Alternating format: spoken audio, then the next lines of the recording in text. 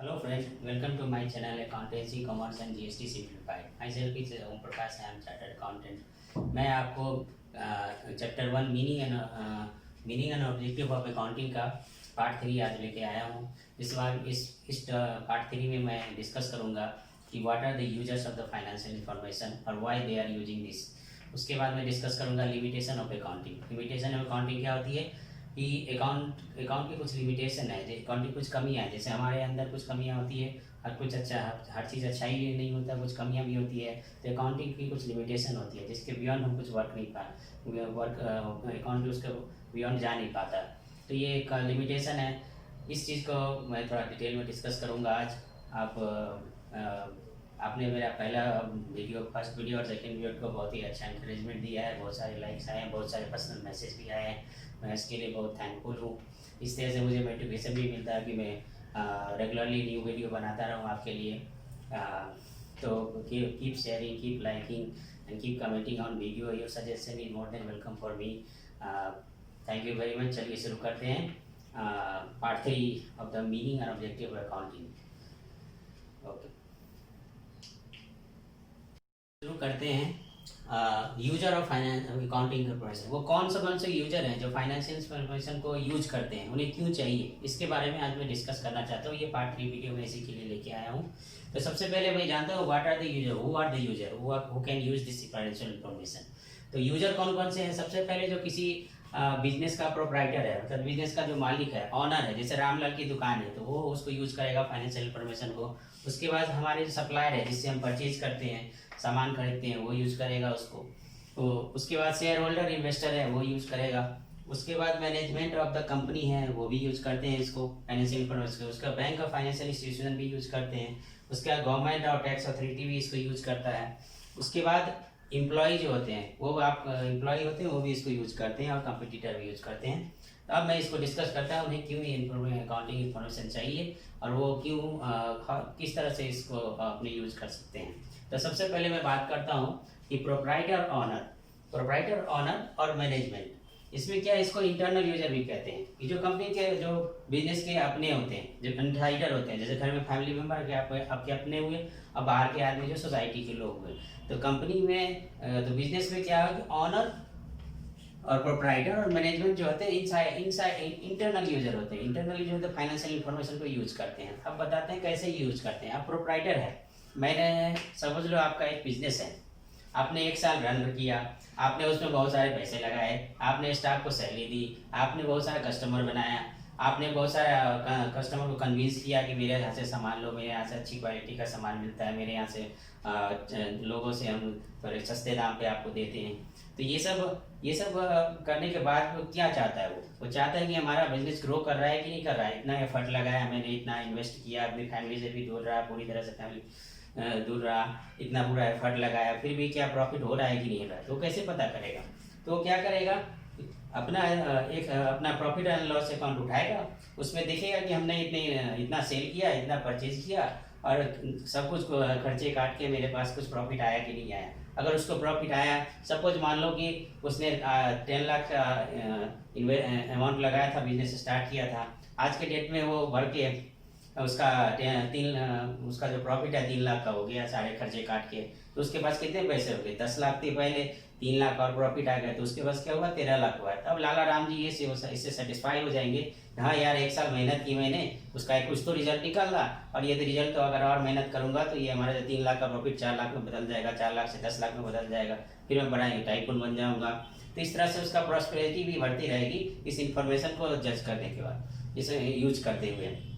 उसी तरह मैनेजमेंट, बड़ी बड़ी कंपनी होते हैं, उसके क्या होते हैं, मैनेजमेंट उसको कौन चलाती है? उसको कोई उसका ऑनर, मैनेजमेंट चलाती है उसको।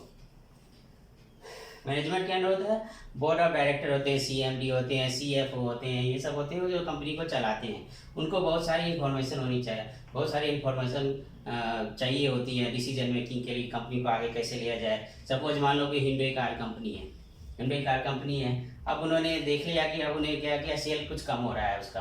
पहले उनका जो मॉडल था सेंट्रो था, वो काफ़ी एक गोल्डन मॉडल था, हर लोग के घर में सेंट्रो मॉडल था। लेकिन आज के डेट में वो देख रहे हैं कि सेंट्रो का ज़माना अब थोड़ा सा कम हो गया है, अब लोग नए वेरिएंट जा रहे हैं। तो उन्होंने डिसीजन लिया कि कोई नए नए नए प्रोडक्ट लॉन्च करें। जैसे उन्होंने बहुत सारा न्यूली लॉन्च किया है, क्रेटा लॉन्च किया, ईओन लॉन्च किया, फिर आपका वेन्यू लॉन्च किया। तो ये सब क्या है कि ड्यू टू इस तरह के डिसीजन अपना सेल पे इफेक्ट पड़ रहा है, तो वो अकाउंटिंग इन्फॉर्मेशन के जरिए देख रहे हैं कि पिछले साल सेंटरों के सेल में बहुत ही कमी आ गई। कभी हम 20 लाख यूनिट बेचते थे, अब 1 लाख यूनिट भी नहीं बिक रही है, तो हमें नए प्रोडक्ट लॉन्च करने पड़ेंगे। तो ये भी एक डिसीजन लेना पड़ता है। डिसीजन लेने के लिए उनके पास क्या इन्फॉर्मेशन है? उनके पास इन्फॉर्मेशन है कि लास्ट 4 ईयर की सेल उन्हें देखी, उन्हें देखा कि डे बाई डे हमारे सेंटरों की बिक्री कम होती चली जा रही है।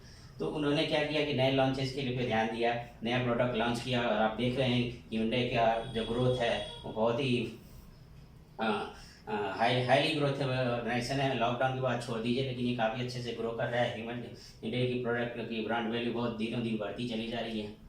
इसी तरह क्या हुआ, आप देखिए हीरो होंडा कंपनी थी। हीरो होंडा कंपनी पहले क्या बनाती थी? केवल इसको बाइक बनाती थी, hero passion, hero Splendor like. उसके बाद क्या किया कि स्कूटी का ज़माना आया। क्या उन्होंने देखा धीरे धीरे उनकी जो बाइक की सेल है वो कम होने लगी, लोग स्कूटी ज़्यादा प्रीफर करने लगे, गियरलेस स्कूटी ज़्यादा प्रीफर करने लगे। तो उन्हें धीरे धीरे, तो उन्हें कैसे पता, कैसे इसको यूज़ किया उन्होंने इस इन्फॉर्मेशन को? उनको यूज़ किया कि हमारी बाइक की सेल जो है अब थोड़ी सी कम होती चली जा रही है, लोगों का प्रीफरेंस बदल गया है। अब लास्ट ईयर की सेल मैंने 10 लाख यूनिट बेची थी, इस बार हमने 6 लाख बेची। और दिनों दिन उतनी जिस स्केल पे हम पहले इसको सेल किया करते थे उस स्केल पे अभी हम सेल कर नहीं पाते हैं। तो ये अकाउंटिंग इन्फॉर्मेशन कहाँ से मिली? वो ये इन्फॉर्मेशन को मिली अकाउंट से। उन्होंने देखे हमारे सेल इतनी थी पिछले साल, उससे पहले इतनी थी, आज के डेट में कम हो गई है। तो इस तरह से मैनेजमेंट भी उसको यूज़ करता है इन्फॉर्मेशन। तो आपको मैंने बताया कि एक छोटा सा जो ऑनर होता है उसको भी अपने बिजनेस के ग्रोथ के बारे में इंफॉर्मेशन चाहिए। तो बड़ी बड़ी कंपनी है उसको भी अपना ग्रोथ के बारे में सोचना होता है, तो वो अपने अकाउंटिंग इन्फॉर्मेशन की हेल्प से अपने तरह तरह के डिसीजन लेते रहते हैं कि उन्हें आगे बढ़ना है, कहीं किसी क्षेत्र में कोई चेंज और प्रोडक्ट लाइन करना है या फिर नए बिजनेस में जाना है। तो ये सब डिसीजन ऑनर लेते हैं। तो ये उसके यूजर होते हैं, इन्हीं कारणों से वो लोग ऑनर और मैनेजमेंट उसको यूज करते हैं। दूसरा यूजर क्या है? Supplier. Supplier means creditor, accounting term में इसको क्रेडिटर करते हैं। आप सीधा ये समझिए, जो आपको सप्लाई करता है, जो आपको माल देता है। सपोज मैंने एक शॉप खोली है, जैसे मेडिसिन शॉप कर लिया, तो मैं जिससे परचेज करूंगा तो वो मेरा क्या होगा? सप्लायर होगा। इसको अकाउंटिंग टर्म में क्रेडिटर करते हैं। तो सप्लायर क्या चाहता है कि हम जो उधार दे रहे हैं इसको लाला राम जी को, वो हमें वापस करेगा भी कि नहीं करेगा। तो कैसे पता करेगा कि इसका वो रीपे कर पाएगा कि नहीं कर पाएगा? तो वो क्या करेगा? लाला राम जी की क्या कहते हैं, लास्ट 3 ईयर की प्रॉफिटेबिलिटी चेक करेगा, उसका फाइनेंशियल पोजीशन चेक करेगा कि ठीक है इसकी प्रॉफिट तो आ रही है, इसका फाइनेंशियल पोजीशन भी अच्छा है, इसके पास कैश बैंक बैलेंस भी काफ़ी अच्छे हैं, तो ये मुझे लगता है कि मेरा पैसा लौटा ही देगा। तो इस बेसिस पे क्या हो, क्रेडिटर ये जज करते हैं, इसको यूज़ करते हैं फाइनेंशियल इन्फॉर्मेशन कि हमें माल जब देंगे तो हमें उसका रिपेमेंट मिल जाएगा। ये वो अकाउंटिंग इन्फॉर्मेशन का यूज करके ये पता करता है। उसके बाद वो जो भी वो उधार माल दे देता है। तो क्रेडिटर इस तरह से इसका यूज करते हैं। उसके बाद है शेयर होल्डर और इन्वेस्टर। शेयर होल्डर कौन होते हैं? कंपनी को जो शेयर परचेज करते हैं उसको शेयर होल्डर करते हैं। और इन्वेस्टर क्या होते हैं? इन्वेस्टर जिसके पास पैसे होते हैं किसी कंपनी में इन्वेस्ट करने के लिए, तो वो किस तरह से फाइनेंशियल इन्फॉर्मेशन को यूज करते हैं। अब शेयर होल्डर फाइनेंशियल इन्फॉर्मेशन में शेयर होल्डर का कोई भी इन्वेस्टर जो है उसको क्या चाहते हैं? हमारे पास जो पैसा है उस पर कुछ रिटर्न जो मिले, वो बहुत अच्छा रिटर्न मिले। तो वो कैसे चेक कर पाएगा किस कंपनी में इन्वेस्ट करूँ कि जिससे मुझे अच्छा रिटर्न हो, उसमें रिस्क भी ना हो? तो कैसे पता कर पाएगा? सबसे पहले वो चेक करेगा 3-4 साल की अकाउंटिंग इन्फॉर्मेशन गैदर करेगा सारी कंपनी का जिसमें उसमें इन्वेस्ट करना है। उसमें वो देखेगा कि 3 साल में कंपनी पिछले 5 सालों में कंपनी ने कितना प्रॉफिट कमाया है। इसी तरह उसकी फाइनेंशियल पोजीशन कैसी है। मान लो हमने आज इसमें पैसा लगा दिया तो हमारा डूब तो नहीं जाएगा। तो इन्होंने देखा, 3 साल का एनालिसिस किया, 3 साल की प्रॉफिटेबिलिटी चेक की, उसके बाद 3 साल की बैलेंस शीट चेक की, इसकी एसेट्स की जानकारी ली, इनका एसेट्स का रिपेइंग कैपेसिटी की जानकारी ली। इस तरह से उन्होंने इस अकाउंटिंग इन्फॉर्मेशन को यूज़ किया। तब वो जाके वो किसी कंपनी में अपना पैसा लगाते हैं। और most of the time most of the time इसी इन्फॉर्मेशन को यूज़ करके अपना इन्वेस्ट करते हैं, अपना रिटर्न बढ़ाते हैं, अपना प्रॉफिट बढ़ाते हैं, अपना इनकम बढ़ाते हैं। तो इस तरह से शेयर होल्डर और इन्वेस्टर्स को यूज करते हैं। उसके बाद है बैंक और फाइनेंशियल इंस्टीट्यूशन। अब बताइए बैंक जो क्या होता है? बैंक क्या होता है? लोन देता है। बिजनेस को क्या होता है? लोन देता है। तो बैंक लोन ऐसे ही नहीं देता। आप जब भी बैंक में जाएंगे आपके पास तरह तरह के क्वेश्चन पूछे, आपकी इनकम क्या है, आपकी प्रॉपर्टी क्या है, आपको अब लोन दे पाएंगे कि नहीं दे पाएंगे, आपका गारंटी क्या है, बहुत सारी इंफॉर्मेशन बैंक चाहती है, बहुत सारा आपसे पेपर मांगेंगी बहुत सारा। तो तो सबसे पहले जो है तो आपके साथ जो आपकी इनकम स्टेटमेंट मांगेगी, उसके बाद आपकी बैलेंस शीट आपसे मांगेगी प्रॉपर फाइनेंशियल पोजीशन चेक करने के लिए। तो बैंक भी यूज करता है, क्योंकि उससे डर होता है कि अगर हम किसी को लोन दें तो हमारा डूब ना जाए। तो वो फाइनेंशियल इन्फॉर्मेशन 4-5 साल की आपकी बैलेंस शीट देखता है, 4-5 साल की आपकी प्रॉफिट एंड लॉस अकाउंट देखता है। सेम वे वो चेक करता है कि इनकी प्रॉफिट कितनी है, ये रेट भी कर पाएंगे कि नहीं, हमारा इंटरेस्ट का पेमेंट कर पाएंगे कि नहीं कर पाएंगे। इसी तरह से वो बैलेंस शीट में देखता है कि इनकी फाइनेंशियल पोजीशन कही है, इनके पास पैसे हैं कि नहीं, इनके पास प्रॉपर्टी कितनी है। ये जो लोन जो हमने दिया, आपको बताया कि बैंक और फाइनेंशियल इंस्टीट्यूशन इस तरह से आपके profit and loss account balance sheet को यूज करके आपको लोन देता है। आपकी फाइनेंशियल इंफॉर्मेशन को उसको ज़रूरत होती है, आपकी प्रॉपर्टी चेक करता है, आपकी फाइनेंशियल पोजीशन चेक करता है, ताकि उसको हमेशा डर रहता है कि अब हमने अगर किसी को लोन दिया है तो वो लोन हमारा रिपे हो जाए, हमारा इंटरेस्ट जो उस पर लोन पर इंटरेस्ट जो चार्ज करते हैं वो भी हमारा रिपे करते रहे। जो भी बिजनेस को जिस बिजनेस या कंपनी को हमने लोन दिया है तो वो भी फाइनेंशियल इंफॉर्मेशन को यूज़ करता रहता है। इस तरह से उसको अब नेक्स्ट जो है गवर्नमेंट और tax authority. Government tax authority क्या है, सबसे पहले जब भी आप इनकम कमाओगे तो आपके पास इनकम टैक्स आ जाएगा कि आपको इनकम टैक्स देना है। अब इनकम टैक्स देना है तो इनकम टैक्स कैसे दोगे आप बोलोगे मेरी कंपनी, आप बोलोगे मेरी इतनी प्रॉफिट है, इनकम टैक्स बोलेगा अपना रिकॉर्ड दिखाओ कि कैसे कैसे आपने ये प्रॉफिट आप कम क्यों बता रहे हो। तो वो क्या करेगा, आपकी प्रॉफिट एंड लॉस अकाउंट देखेगा, फिर आपकी बैलेंस शीट देखेगा, उसके बेसिस पे आपका टैक्स का असेसमेंट करेगा कि आपको कितने टैक्स देना है। आपके बोलने से नहीं होगा, आपका रिकॉर्ड बोलेगा कि आपकी इतनी प्रॉफिट हुई है और इसी प्रॉफिट के हिसाब से आप उनको टैक्स देना पड़ेगा। इस तरह से गवर्नमेंट और टैक्स अथॉरिटी भी आपके अकाउंटिंग इन्फॉर्मेशन को यूज़ करके आपके balance sheet, profit and loss account, financial information जो भी आपका रिकॉर्ड की है उसको यूज़ करके आपका टैक्स का असेसमेंट करती है। तो ये गवर्नमेंट और टैक्स अथॉरिटी इस तरह से यूज़ करते हैं फाइनेंशियल इन्फॉर्मेशन का। उसके बाद क्या है, एम्प्लॉई। आपको लगेगा एम्प्लॉई तो बिजनेस का आदमी है तो एक्सटर्नल यूजर कैसे हो गया, वो तो इंटरनल यूजर होना चाहिए, मतलब ऐसा नहीं है।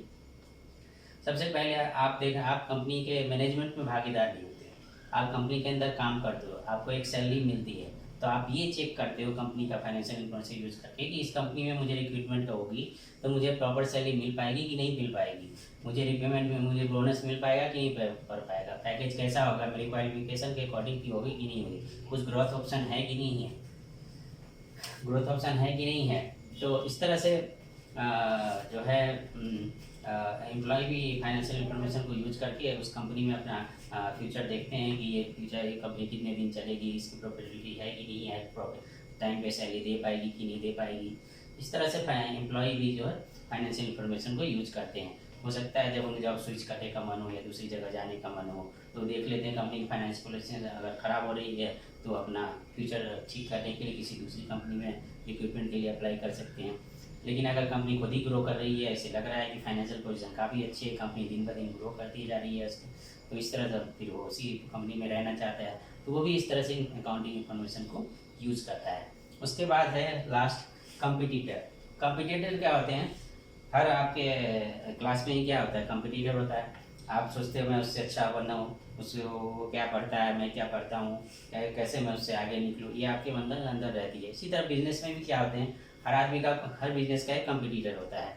वो चाहता है कि सामने वाले बिजनेस क्या कर रहा है, वो इतना ग्रो कैसे कर रहा है, मैं भी तो सेम बिजनेस कर रहा हूँ, मैं क्यों नहीं ग्रो कर पा रहा हूँ। तो वो भी देखता है, उसकी फाइनेंशियल इन्फॉर्मेशन को यूज़ करता है। अच्छा तो इसकी सेल ज़्यादा हो गई थी, इसने ये मार्केटिंग स्ट्रेटजी लगाई थी, इसने एडवर्टीजमेंट पे काफ़ी खर्चा किया था, इसने काफ़ी एफिशिएंट स्टाफ को रखे थे, सैलरी अच्छी दी थी, इसका सेल्स एग्जीक्यूटिव तो बहुत ही अच्छा है, जिसने दिन प्रतिदिन उसका सेल बढ़ाता चला गया है, जिससे उसकी सेल काफ़ी इंक्रीज हो गई है, जिससे प्रॉफिट भी बढ़ गया है, ग्रो करता चला जा रहा है। इस तरह से कंपटीटर भी आपकी फाइनेंशियल इन्फॉर्मेशन को यूज़ करते हैं।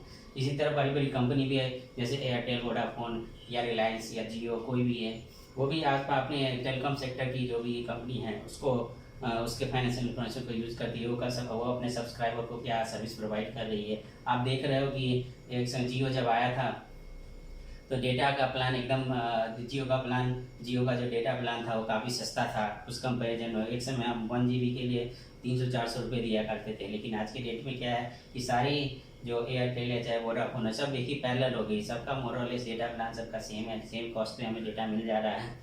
तो ये क्या हुआ, वो फाइनेंशियल इन्फॉर्मेशन यूज़ किया कि वो कितने दिन तक क्या कहते हैं सर्विस प्रोवाइड, किस तरह से सर्विस प्रोवाइड कर रहा है। तो सब अपने अपने अपने कंपटीटर के बारे में जानकारी रखना चाहते हैं, ताकि अपने अपने उससे कंपेयर कर सकें, उसमें बेंच मार्किंग कर सके, या उससे उससे आगे निकलने की कोशिश कर सकें। इसके लिए हर एक दूसरे की फाइनेंशियल इन्फॉर्मेशन को यूज करते रहते हैं कि उनकी प्रॉपर्टी क्या है, उनका फाइनेंशियल पोजीशन क्या है, वो जो प्लान ऑफर कर रहे हैं वो ज़्यादा दिन तक सस्टेनेबल है कि नहीं है। तो ये सब जो जानकारी है वो फाइनेंशियल इन्फॉर्मेशन से मिल जाती है। और ये जो हमारे कंपटीटर भी हैं, जो कंपनी के कंपटीटर हैं या फिर लोकल लेवल पे जो ग्रोसरी शॉप के कंपटीटर हैं या और भी छोटी मोटी कंपनी है उनके कंपटीटर हैं, वो भी एक दूसरे के फाइनेंशियल इन्फॉर्मेशन यूज़ करते रहते हैं, जिससे अपने अपने आप अपने अपना जो परफॉर्मेंस है उसको इवेलुएट करते रहते हैं, उसका परफॉर्मेंस इवेलुएट करते रहते हैं, फिर कंपैरिजन करते हैं, फिर उसमें जो स्टेप उसने लिए जिससे उसकी प्रॉफिट बढ़ी उस स्टेप को अपने बिजनेस में भी अप्लाई करते हैं। तो ये इन्फॉर्मेशन इनसे मिल जाती है। तो इतने तरह के यूजर होते हैं आपको। तो इंटरनल यूजर हो गया प्रोप्राइटर, ऑनर और मैनेजमेंट, इसको इंटरनल यूजर करते हैं। बाकी सारे एक्सटर्नल यूजर जैसे supplier, share holder, bank, financial institution, government tax authority, उसके बाद एम्प्लॉय, उसके बाद कंपटीटर। तो ये इनके यूजर हो गए जिनको फाइनेंशियल इन्फॉर्मेशन की जरूरत होती है, अपने अपने हिसाब से उसको एनालाइज करके अपने हिसाब से डिसीजन लेते हैं।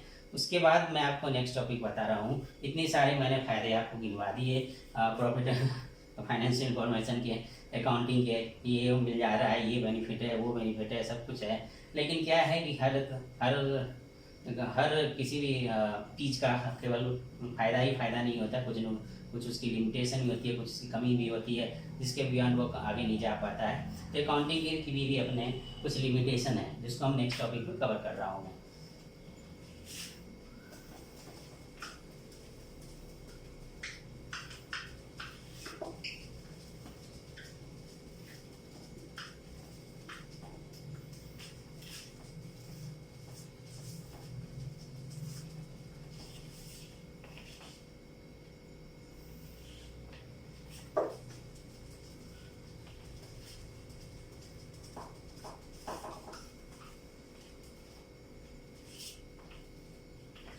ये इस चैप्टर का लास्ट टॉपिक है, लिमिटेशन ऑफ अकाउंटिंग।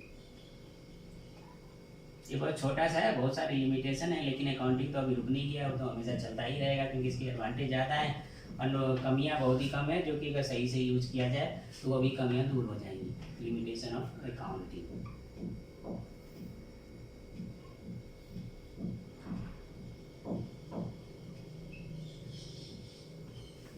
देखिए इसके कुछ लिमिटेशन है।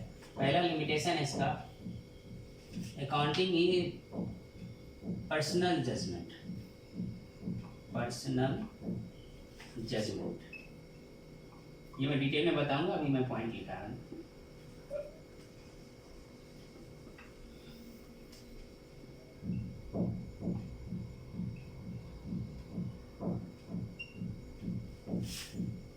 दूसरा होता है बेस्ड ऑन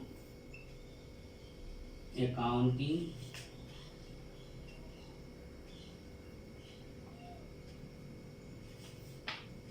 concepts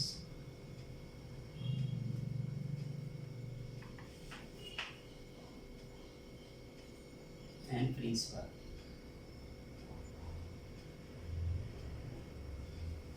ठीक है। तीसरा होता है omission of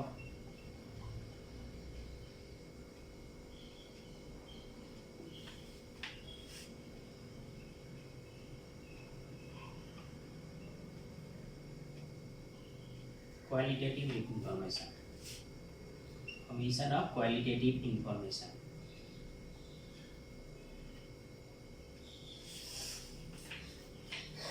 चौथा है रिकॉर्डिंग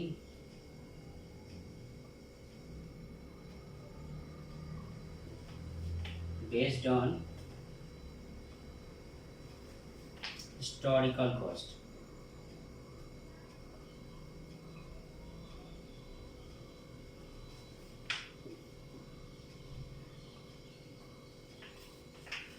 पांचवा है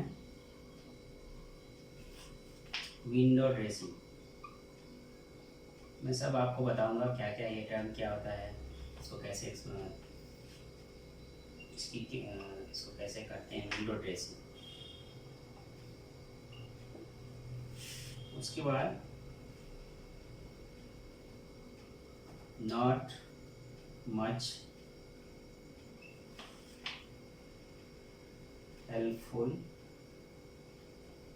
in future projection.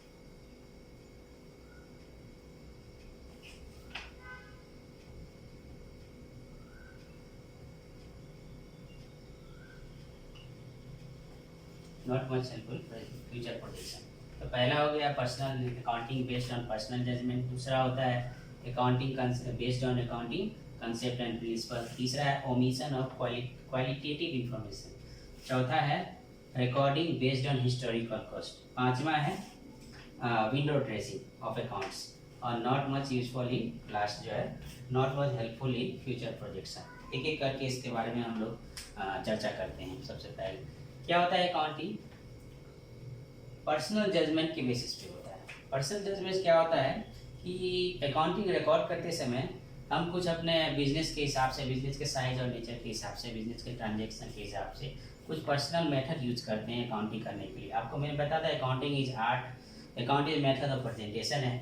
तो क्या होता है अकाउंटिंग में रिकॉर्ड करने के लिए हम डिफरेंट मेथड का यूज़ करते हैं। फॉर एग्जांपल डेप्रिसिएशन का हम अपने एसेट्स के नेचर के हिसाब से अलग तरह का मेथड, डिफरेंट टाइप के मेथड उसको यूज़ कर सकते हैं। अकॉर्डिंगली हमारा वैल्यूएशन हमारे पास स्टॉक है तो उसकी वैल्यू के बहुत सारे मेथड हैं। उसमें से हम अपने हिसाब से उसको चूज करके अपने बिजनेस के इन्वायरमेंट के हिसाब से, तो बिजनेस के प्रोडक्ट के नेचर के हिसाब से उसकी वैल्यूएशन करते हैं। तो यहाँ क्या है कि बहुत सारे मेथड है, उसमें पर्सनल जजमेंट अप्लाई करते हैं।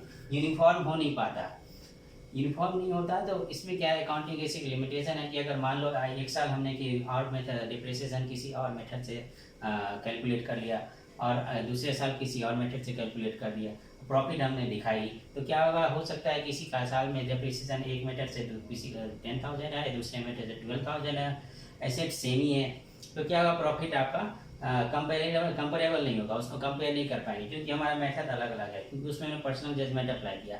इसी तरह से स्टॉक की वैल्यूएशन के बहुत सारे मेथड होते हैं। कभी कोई उसे कॉस्ट प्राइस पे करता है, जिस कॉस्ट प्राइस ये हुई कि जितने हमने परचेज किया उस वैल्यू पे कर देता है, या फिर कोई उसको जो मार्केट वैल्यू पे उस स्टॉक का जो वैल्यू है उस पर कोई वैल्यू कर देता है, कोई उसको वेटेड एवरेज कॉस्ट में कैलकुलेट करता है। तो हर आदमी के जो method of presentation of account है वो डिफरेंट होती है। तो उसमें क्या अपने साइज और नेचर के हिसाब से अपना पर्सनल जजमेंट यूज करके उसको वैल्यूएशन करते हैं, उसका मेथड अपनाते हैं, उसके हिसाब से प्रॉफिट कैलकुलेट करते हैं। अगर हम डिफरेंट मेथड यूज करेंगे तो हम कंपैरिजन सही से नहीं कर पाएंगे। तो इसलिए जो है कि क्या कहते हैं आपका अकाउंटिंग में जो है एक लिमिटेशन है कि आपका प्रॉफिट उससे कंपेरेबल नहीं हो पाता है। लेकिन आज के डेट में क्या है कि आज के डेट में अकाउंटिंग स्टैंडर्ड जो आप आगे बढ़ेंगे, जिसमें आपको एक पर्टिकुलर सर्कमस्टांस में पर्टिकुलर मेथड यूज करना है, वो एक्सप्लेन किया जाता है, जिससे ये समस्या भी अब मोर और लेस दूर हो गई है कि पर्सनल जजमेंट अप्लाई होता है। तो एक लिमिटेशन है, एग्जाम में क्वेश्चन आते हैं तो आप इसको इस तरह से एक्सप्लेन कर सकते हैं, उसको डिस्कस कर सकते हैं। उसके बाद आता है बेस्ड ऑन अकाउंटिंग प्रिंसिपल्स। अब देखिए अकाउंटिंग को मैंने बताया था accounting is an art, accounting is art as well as science. Science क्या होता है? साइंस होता है रूल बेस्ड होता है। इसी तरह अकाउंट भी बहुत सारे प्रिंसिपल होते हैं जिसको हम अकाउंट रिकॉर्डिंग करते समय उसको अप्लाई करना होता है। तो उसमें एक वन ऑफ द प्रिंसिपल है, उसमें क्या है कि कोई भी चीज़ आपने परचेज की, एसेट्स परचेज कर दी, तो उसको जिस वैल्यू पे परचेज की उसी वैल्यू पे उसको शुरू से अंत तक उसको रिकॉर्ड कर रखा जाता है, तो उसकी वैल्यू सेम ही रहती है, उसमें कोई चेंज नहीं होता है। जबकि मान लो आपने कोई फर्नीचर खरीदा, फर्नीचर को आपने यूज़ किया, दूसरे साल उस पे केवल डिप्रिसिएशन आपने चार्ज किया। अब मान लो आपका फर्नीचर 50 लाख का है, 50,000 का है, आपने उस पर डिप्रिसिएशन चार्ज किया 10,000 का, तो आपका 40,000 हो गया एक साल के बाद। अब ये 40,000 जो वैल्यू है आपने तो कैलकुलेट किया अपने हिसाब से कि हमारा 5 साल फर्नीचर चलेगा, एक साल का हमने 10,000 का कैलकुलेट कर लिया। लेकिन क्या हुआ कि फर्नीचर के दाम तो मार्केट वैल्यू तो इससे भी ज़्यादा हो सकते। तो आप देखो, आप कोई बेड एक साल पहले आपने 10,000 में ली थी, वो फर्नीचर आपका 2 साल के बाद उसकी प्राइस 20,000 हो जाती है। तो इस प्राइस को, इसको जो डिफरेंस है 20 मार्केट वैल्यू को अकाउंटिंग इग्नोर करता है, इसको उसी कॉस्ट पे रखेगा, हमेशा 10,000 पे ही रखेगा, इसको कभी भी चेंज नहीं करेगा। उसी पे बस अपना उसकी यूजफुल लाइफ के हिसाब से उस पर केवल डिप्रिसिएशन चार्ज करेगा, उसके हिसाब से जो वैल्यू होगी वही अकाउंट में रिकॉर्ड होगी, मार्केट वैल्यू टोटली इग्नोर हो जाती है। तो इसी को कहते हैं कि इसमें जो है अकाउंटिंग जो ये भी एक लिमिटेशन है अकाउंटिंग की। जो भी हम ट्रांजेक्शन को रिकॉर्ड करते हैं उसको कंसिस्टेंट प्रिंसिपल के बेसिस पे यूज करते हैं, रूल बेस्ड प्रिंसिपल को अप्लाई करके कोई भी अकाउंटिंग रिकॉर्डिंग करते हैं, तो उसी को हमें फॉलो करना पड़ता है। जिससे हमें क्या होता है कि मार्केट वैल्यू जो उसकी होती है, एसेट्स की मार्केट वैल्यू, उसको हम उस टर्म में उससे कंपैरिजन नहीं कर पाते हैं, तो एक लिमिटेशन है। उसके बाद क्या, ओमिशन ऑफ क्वालिटेटिव इंफॉर्मेशन। अब क्वालिटेटिव इंफॉर्मेशन क्या होती है? बिजनेस में बहुत सारे ट्रांजैक्शन है। आपको मैंने शुरू में बताया था कि अकाउंटिंग में केवल फाइनेंशियल इंफॉर्मेशन को रिकॉर्ड किया जाता है। इसको मनी वैल्यू में एक्सप्रेस कर सकें, मनी वैल्यू में एक्सप्रेस कर सकते हैं, इसको मनी में मेजर कर सकें। अगर हम किसी भी ट्रांजैक्शन को मनी में मेजर नहीं कर सकते और बिजनेस से रिलेटेड नहीं है तो उसको हम रिकॉर्डिंग नहीं करेंगे, हालांकि वो चाहे वो कितना भी इम्पोर्टेंट बिजनेस के लिए क्यों ना हो। अब सपोज मान लो कि एक बहुत बड़ा एक्सपीरियंस एम्प्लॉय था हमारा, जो हमारा प्रोडक्शन भी देखता था, सेल्स भी देख लेता, उससे हमारी काफ़ी प्रॉफिटिव होती थी। लेकिन क्या हुआ, वो रिज़ाइन करके चला गया due to some reason, company में प्रॉब्लम हुई, कुछ भी, उसको सैलरी कहीं ज़्यादा मिल गई। तो इससे क्या हुआ, कंपनी का प्रोडक्शन रुक गया कुछ महीनों के लिए, कुछ अच्छा वो रिप्लेसमेंट नहीं मिल पाया। तो उससे क्या बिजनेस पे इम्पैक्ट तो पड़ा, ये भी एक तरह का बिजनेस ट्रांजैक्शन है। लेकिन अब इसको अकाउंट पे क्यों नहीं रिकॉर्ड पड़ा है? क्योंकि उसको मनी वैल्यू मेजर ही नहीं कर पाया हमने। ये अकाउंट है, उसने रिजाइन करके चला गया, तो उसकी क्या मॉनेटरी वैल्यू है, उसको हम मेजर नहीं कर सकते, जबकि बिजनेस पे उसका इम्पैक्ट पड़ रहा है। तो इस तरह से क्या है कि अकाउंट जो है क्वालिटेटिव इंफॉर्मेशन को इग्नोर करता है। इसी तरह आपका मान लो कि कभी प्रोडक्शन मैनेजर और सेल्स मैनेजर में कुछ फाइट हो गया। आपको पहले भी मैंने एग्जांपल बताया था, फाइट हो गई दोनों के बीच में। तो अब क्या, प्रोडक्शन मैनेजर कह रहा है कि मैं इस पर प्रोडक्शन नहीं करूंगा, वो सेल्स मैनेजर बोल रहा है मैं सेल्स नहीं करूंगा, दोनों के बीच में फाइट हो गई। अब अल्टीमेटली इसको क्या हुआ, इसका नुकसान बिजनेस को हुआ, तो इससे बिजनेस में इम्पैक्ट तो पड़ा, लेकिन अकाउंटिंग में उसकी रिकॉर्डिंग नहीं हो रही, जबकि बिजनेस में इम्पैक्ट पड़ रहा है। तो इस तरह से क्या है कि अकाउंटिंग केवल फाइनेंशियल इन्फॉर्मेशन को ही रिकॉर्ड करता है, चाहे नॉन फाइनेंशियल इन्फॉर्मेशन को रिकॉर्ड नहीं करता है। तो इससे ये भी इसकी लिमिटेशन है, जबकि हालांकि उसका बिजनेस बेस पर नॉन फाइनेंशियल इन्फॉर्मेशन का भी काफ़ी इम्पैक्ट पड़ता है। कभी कभी ऐसा होता है वो फाइनेंशियल से भी ज़्यादा इंपॉर्टेंट हो जाता है, फिर भी उसको रिकॉर्ड नहीं करते हैं। तो ये थर्ड पार्ट हो गया, क्वालिटेटिव इन्फॉर्मेशन को इस तरह से हम रिकॉर्ड नहीं करते हैं। तो ये तीसरा लिमिटेशन हो गया। अब चौथा है recording based on historical cost. जैसे मैंने आपको बताया एसेट्स 30%, जैसे हिस्टोरिकल कॉस्ट, हिस्ट्री जिसकी एसेट्स की हिस्ट्री है कि हमने इस वैल्यू पे परचेज किया, आपको बताया मैंने कि 20,000 का हमने बेड लिया, तो उसको मैंने फिर से चाहिए उसी प्राइस में हम शुरू से अंत तक रिकॉर्ड करते रहते हैं। उसकी मार्केट वैल्यू को भी इग्नोर करते हैं, चाहे मार्केट वैल्यू कुछ भी हो, हम अपने मेथड से उस पर डेप्रिसिएशन चार्ज करेंगे, सेम प्राइस पर उस पर रखेंगे। तो ये भी एक लिमिटेशन है, क्योंकि जो मिलता जुलता है इसी ये पॉइंट 2 से काफ़ी रिलेटेड है। उसके बाद विंडो ड्रेसिंग। विंडो ड्रेसिंग क्या होता है? विंडो ड्रेसिंग क्या होता है कि आप जो है, आपका जो अकाउंट कह रहा है, जो आपका रिकॉर्ड कह रहा है, और जो एक्चुअल पोजीशन है वो काफ़ी डिफरेंट है। वो आप अपने हिसाब से उसको, अपने अकाउंट को इस तरह से कर दिया, फेवरेबल बना दिया है, प्रॉफिटेबिलिटी इतनी दिखा दी है, सब कुछ दिखा दिया जिससे आपको लगे या बहुत अच्छा चल रहा है बिजनेस, बहुत ग्रो कर रहा है बिजनेस, लेकिन एक्चुअल में वो पोजीशन आपकी है नहीं। आपने अकाउंट्स में मैनिपुलेशन किया है, आपने प्रॉफिट को इन्फ्लेट किया है, कोई भी खर्चे हैं उसको उसमें लगाए नहीं है। सपोज मान लो हमें बैंक से एक लोन लेना है, तो बैंक क्या आपको चेक करता है? बैंक आपका चेक करेगा आपकी प्रॉपर्टी कितनी है, बैंक आपका चेक करेगा आपकी फाइनेंशियल पोजीशन कैसी है। तो क्या करता है, कई ऑर्गेनाइजेशन ऐसे करती हैं, अपना बैंक से लोन पास करवाने के लिए अपने सेल्स को बढ़ा इन्फ्लेट कर देती है। जो सेल उन्होंने अप्रैल, सपोज मंथ एंड है जून का, उन्होंने जुलाई की सेल को भी जून में ले लिया, तो इससे क्या होगा, उनकी प्रॉफिटेबिलिटी बढ़ गई, जिससे बैंक को दिखा क्या, ठीक है इसकी प्रॉफिट तो अच्छी है, इसको लोन दिया जा सकता है। लेकिन एक्चुअल में तो वो सेल हुई नहीं, एक्चुअल तो नेक्स्ट महीने में सेल हुई।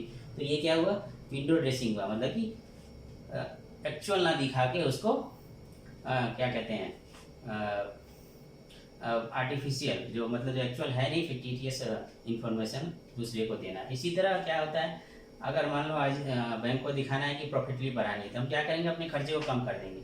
हमें सैलरी देनी थी, हमने सैलरी की रिकॉर्डिंग ही नहीं की। इसी तरह हमें लास्ट डे का जो परचेज था करीब 10 लाख का था, उसको मैंने अगले महीने के परचेज में ले लिया, जिससे क्या होगा 10 लाख से हमारी प्रॉफिट बढ़ गई। तो इससे क्या हुआ, एक्चुअल में तो परचेज हुई लेकिन हमने रिकॉर्ड ही नहीं की इसको। क्यों नहीं रिकॉर्ड की, कि हमें प्रॉफिटेबिलिटी बढ़ानी थी, बैंक से लोन पास करवाना था। इस तरह से हमने अकाउंट को एक्चुअल पिक्चर प्रेजेंट नहीं किया। इसी को कहते हैं window dressing. Window dressing means आप जो आपका जो रियल पोजीशन है वो आप उसको बता नहीं रहे हैं, बाहर से नहीं, जो शो दिखाया अपने आप को, वो दिखाया, शो ऑफ कर रहे हैं। इसको विंडो ड्रेसिंग को नथिंग बट शो ऑफ है। ये हमारा प्रॉफिटेबिलिटी बहुत ज़्यादा है, हमारा फाइनेंशियल पोजीशन बहुत ज़्यादा है, लेकिन ये बहुत दिन और ज़्यादा दिन तक चलता नहीं है। तो एक्चुअल में आपको आना ही पड़ता है लास्ट में। तो अकाउंट को हम इसको विंडो ड्रेसिंग करके भी बहुत इसका मिस यूज़ करते हैं। तो ये भी एक लिमिटेशन है अकाउंटिंग की। उसके बाद है not much useful in future projection. अब क्या है कि अकाउंटिंग, आपको बताया मैंने कि अकाउंटिंग में क्या है कि करेंट जो आपने ट्रांजैक्शन कर दिया उसकी आप रिकॉर्डिंग करते हैं। अब क्या है, बिजनेस जो है, बिजनेस के इन्वायरमेंट है, डे बाई डे चेंज होते चले जा रहे हैं।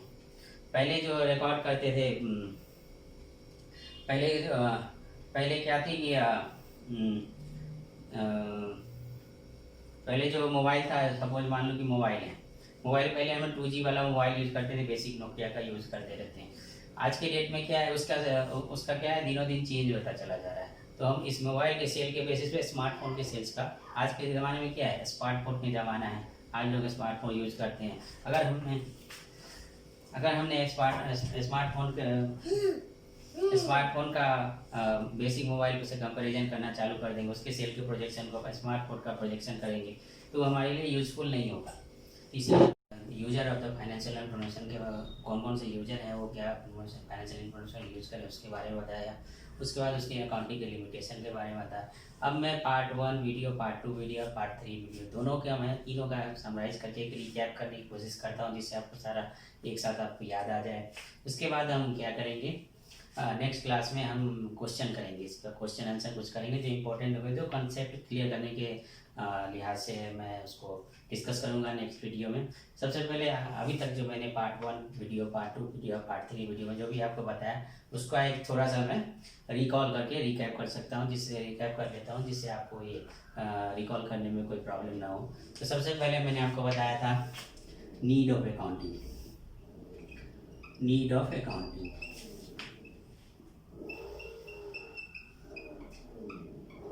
इसमें ज़्यादा मैं ब्रीफ डिटेल में नहीं करूँ। नीड ऑफ अकाउंटिंग के बारे में मैंने आपको बताया था पहला, कि क्यों हमें अकाउंटिंग चाहिए। तो हमें बिजनेस में बहुत सारे ट्रांजैक्शन होते हैं, उसको हम मेमोराइज नहीं कर पाते। हमें किसी पर्टिकुलर पीरियड के अंदर हमें ये चाहिए होता है कि हमने कितना प्रॉफिट बनाया, कितना प्रॉफिट कितना हमने सेल किया, कितना परचेज किया, कितना हमारे पास प्रॉफिटेबिलिटी नहीं थी, हमारी फाइनेंशियल पोजीशन क्या है कुछ पीरियड के अंदर, पीरियड के होने के बाद। तो इन सब की जानकारी के लिए हम अकाउंटिंग करते हैं, क्योंकि उससे हमें सिस्टमेटिक रिकॉर्ड मिल जाता है, जिसके बेसिस पे हम अपना जो फाइनेंशियल इन्फॉर्मेशन है उसको लेते हैं, जिससे हमें पता चलता है कितना सेल, परचेज, प्रॉफिट हुआ। उसके बाद मैंने आपको बताया कि डिफिनेशन बताई अकाउंट की, उसमें मैंने आपको बताया कि accounting is the art of recording financial information, its classification, summarizing and user to the and communicating the user the financial information of business। इसमें मैंने बताया था रिकॉर्डिंग, क्लासिफिकेशन। रिकॉर्डिंग क्या करते हैं, फाइनेंशियल ट्रांजैक्शन जो मनी, वैसे ही ट्रांजैक्शन को रिकॉर्ड करते हैं जिसको मनी वैल्यू में मेजर कर सकते हैं। उसके बाद हम क्लासिफिकेशन करते हैं, जैसे सेम नेचर के ट्रांजैक्शन को सेम अकाउंट में पोस्ट करते हैं, परचेज को परचेज में, सेल्स को सेल्स अकाउंट में पोस्टेड करते हैं। उसके बाद हम समराइज करते हैं। समराइज करते हैं में जो हम एक नेचर के ट्रांजैक्शन का बैलेंसिंग करते हैं। फॉर एग्जाम्पल अगर सेल हमारा मंथ में से 10,000 का हुआ और हमें 10 उधार सेल किया हमने, 5,000 हमारे डेटर ने लौटा दिया, तो 5,000 जो बैलेंस आया इसको हम समराइजिंग करेंगे, जिसके बेसिस पर ट्रायल बैलेंस बनाते हैं। और उसके बाद interpretation of result of financial, interpretation of the financial information means उसके लिए हम आपको प्रॉफिट एंड लॉस बनाते हैं, बैलेंस शीट बनाते हैं और उसको यूजर को कम्युनिकेट कर देते हैं। उसके बाद आपको मैंने एडवांटेज फंक्शन ऑफ अकाउंटिंग बताया। उस फंक्शन ऑफ अकाउंटिंग में मैंने आपको बताया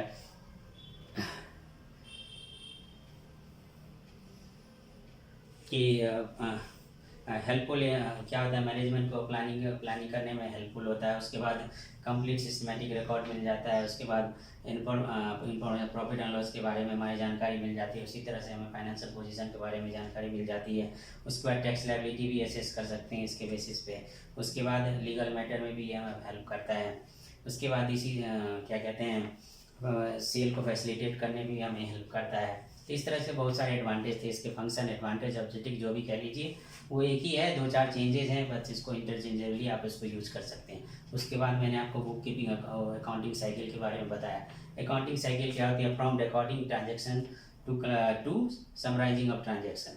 ये जो 4 स्टेप होते हैं, रिकॉर्डिंग आपको बताया था, recording, classification, summarising and communication of the result. ये जो साइकिल जो होती है RCSC,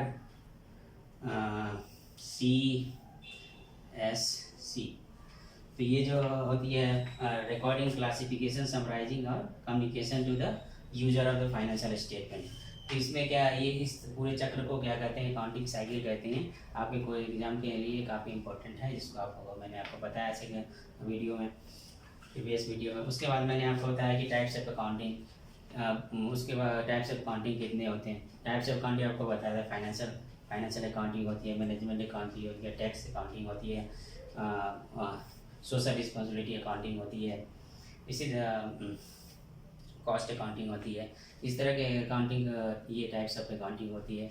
उसके बाद मैंने आपको बताया कि बुक कीपिंग अकाउंटिंग में डिफरेंस क्या है। बुक कीपिंग अकाउंटिंग में डिफरेंस क्या होता है? From recording to classification of transaction is called bookkeeping. Accounting goes beyond that. It in addition to recording, identification, recording and classification, bookkeeping to summarizing, preparation of trial balance and balance sheet, ये सब उसके accounting में आता है। तो book keeping का scope थोड़ा कम होता है, अकाउंटिंग का स्कोप थोड़ा ज़्यादा होता है। बुक कीपिंग हमें कम नॉलेज की ज़रूरत है, अकाउंटिंग की हमें ज़्यादा नॉलेज की ज़रूरत होती है, क्योंकि इसका ज़्यादा स्कोप बड़ा है। तो इस तरह से मैंने दोनों के बारे में डिफरेंस बनाया था। रूटीन नेचर का होता है, पीरियोडिक नेचर, रूटीन नेचर का बुक कीपिंग होता है। अकाउंटिंग की ज़रूरत हमें एक पीरियड के बाद होती है। तो ये दोनों, ये मेन इनका डिफरेंस होता है बुक कीपिंग और अकाउंटिंग में। उसके बाद मैं आपको क्वालिटेटिव कैरेक्टरिस्टिक्स ऑफ अकाउंट को अकाउंटिंग को मैंने आपको डिस्कस किया था कि अकाउंटिंग जो होता है इन्फॉर्मेशन रिलायबल होता है, उस पर ट्रस्ट कर सकते हैं, क्योंकि वो सपोर्टिंग डॉक्यूमेंट के बेसिस पे हम ट्रांजैक्शन को रिकॉर्ड करते हैं। बिल्स, इनवॉइस, परचेज का बिल हुआ, सेल्स का बुक हुआ, सैलरी स्लिप हुआ, बैंक स्टेटमेंट, इसके बिना इसके बेसिस पे हम रिकॉर्ड नहीं करते हैं। उसके बाद बताया मैंने आपको कि रेलिवेंट अकाउंटिंग इन्फॉर्मेशन क्या होता है? रेलिवेंट होना चाहिए, जो भी उसके यूजर हैं, जो कॉमन यूजर हैं इन्फॉर्मेशन के लिए, उनके पास सारी इन्फॉर्मेशन हमें देनी चाहिए जो उनके लिए रिलेवेंट है, जो उनके लिए ज़रूरी है। इसी तरह से अंडरस्टैंडेबल होना चाहिए, क्योंकि अकाउंटिंग इन्फॉर्मेशन कोई भी ट्रीटमेंट हो जो इजी टू अंडरस्टैंड हो लोगों के लिए। तो ये अकाउंटिंग जो है इन्फॉर्मेशन बहुत सारे एक्सप्लेनेटरी नोट देते हैं, जिससे हमें बताते हैं कि हमने कौन सा मेथड ऑफ डेप्रिसिएशन यूज़ किया, कौन सा मेथड में वैल्यूएशन में स्टॉक के लिए यूज़ किया। उसके बाद कंपेरेबिलिटी होती है कि हम अपने बिजनेस का कंपैरिजन भी कर सकते हैं, या दूसरे के बिजनेस से हम कंपैरिजन कर सकते हैं। अपने ही बिजनेस का कंपैरिजन, मतलब लास्ट ईयर का प्रॉफिट से इस साल के प्रॉफिट को कंपेयर कर लिया हमने, तो उससे हमें पता चला कि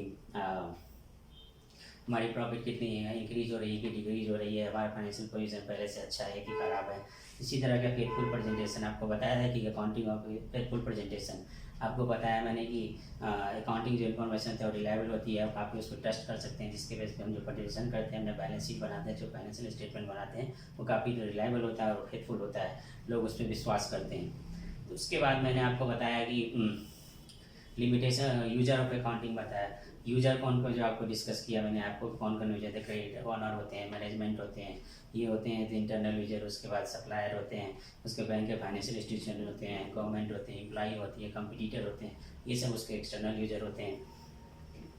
उसके बाद लास्ट में मैंने आपको बताया कि what is limitation of accounting का। आपको मैंने एक बताया कि ये पर्सनल जजमेंट के बेसिस पे होता है। हम लोग पर्सनल जजमेंट के हिसाब से, साइज और नेचर के बिजनेस के हिसाब से अपना मेथड ऑफ डिप्रिसिएशन यूज़ करते हैं, डिफरेंट मेथड ऑफ वैल्यूएशन में स्टॉक यूज़ करते हैं, जिससे प्रॉफिटेबिलिटी को कंपेयर करना थोड़ा सा ईजी मुश्किल हो जाता है। उसके बाद हम हिस्टोरिक, ये अकाउंटिंग जो होता है सर्टेन को रूल पे बेस्ड होता है, जिसके अंतर्गत हम रूल को चेंज नहीं कर सकते, भले मार्केट पोजीशन कुछ भी क्यों ना हो। उसका अकाउंटिंग का है कि कोई क्वालिटेटिव इन्फॉर्मेशन इसको रिकॉर्ड नहीं करता है, चाहे वो कितना भी इंपॉर्टेंट क्यों ना हो। जैसे आपको मैंने प्रोडक्शन मैनेजर, सेल्स मैनेजर का फाइट के बारे में बताया, जिसके कारण बिजनेस में इम्पैक्ट तो पड़ा, लेकिन फिर भी आपका उसको अकाउंटिंग उसको रिकॉर्ड नहीं करता। उसके बाद मैंने आपको बताया कि विंडो ड्रेसिंग करते हैं। विंडो ड्रेसिंग क्या होता है कि जो भी आपका एक्चुअल पोजीशन उसको ना दिखा के शो ऑफ करके अपनी फेवरेबल पोजीशन लोगों को बताना। जैसे सेल्स को बढ़ा के दिखा दिया जबकि एक्चुअल में सेल हुआ ही नहीं, सीधे परचेज को दिखाया ही नहीं जबकि परचेज हुआ, लास्ट मंथ के परचेज को अगले मंथ में दिखा दिया। तो इससे क्या हुआ, लोन लेने के लिए इन्होंने अपने एक्चुअल पोजीशन को नहीं डिस्प्ले किया और उसको विंडो ड्रेसिंग की शो ऑफ करके दिखा दिया, अपने फेवरेबल पोजीशन को दिखा दिया जो कि एक्चुअल में था नहीं। उसके बाद क्या है, ये भी not suitable to future projection. मतलब कि अकाउंटिंग क्या है, ये अकाउंटिंग जो है जो रिकॉर्डेड है, जो ऑलरेडी इवेंट हो चुका है उसकी हम रिकॉर्डिंग करते हैं। इसके बेसिस पे फ्यूचर का प्रोजेक्शन करना आसान नहीं है, उतना रिलायबल नहीं है क्योंकि मार्केट इतना चेंज होता रहता है, लाइन ऑफ प्रोडक्ट चेंज होते रहते हैं। पहले जैसे मैंने आपको एग्जांपल दिया देखा, पहले हम बेसिक 2G फ़ोन यूज़ किया करते थे, आज के डेट में हम स्मार्टफोन यूज़ करते हैं। अगर हम बेसिक फ़ोन के सेल्स के हिसाब से अगर हम प्रोजेक्शन कर लें स्मार्टफोन का तो वो रेलिवेंट नहीं होगा, वो यूज़फुल नहीं होगा। तो इसकी अकाउंटिंग की ये भी लिमिटेशन है, लेकिन despite of all of this limitation accounting exist करता है, अकाउंटिंग को यूज़ करते हैं, हमारी नौकरी चलती है उसके बेसिस पे, हम CA करते हैं, हम प्रोफेशनल कोर्स के लिए अप्लाई करते हैं। तो ये अकाउंटिंग की लिमिटेशन है जो कि बहुत ही कम है, जिसको अगर हम केयरफुली ट्रीटमेंट करें, बहुत सारे रूल को प्रॉपरली फॉलो करें तो ये लिमिटेशन नहीं रहेगी। क्योंकि ऑडिट भी है, उसके बाद टैक्स वाले हमारी ऑडिट करते हैं, ऑडिटर ऑडिट भी करता है, उसकी जो भी कमियां होती हैं मैनेजमेंट को बताता है। तो इस तरह से क्या है कि लिमिटेशन बस आपके एग्जाम के क्वेश्चन के लिए है, लेकिन अकाउंटिंग एग्जिस्ट कर दी है और इसलिए लिमिटेशन के बारे में ज़्यादा आपको कि इसका फ्यूचर क्या है, फिर पढ़ने की ज़रूरत क्या है, ऐसा कुछ नहीं है। अकाउंटिंग अभी भी रेलिवेंट है और आगे भी रेलिवेंट रहेगा। तो इस तरह से मैंने फर्स्ट चैप्टर को कंक्लूड किया आज आपको।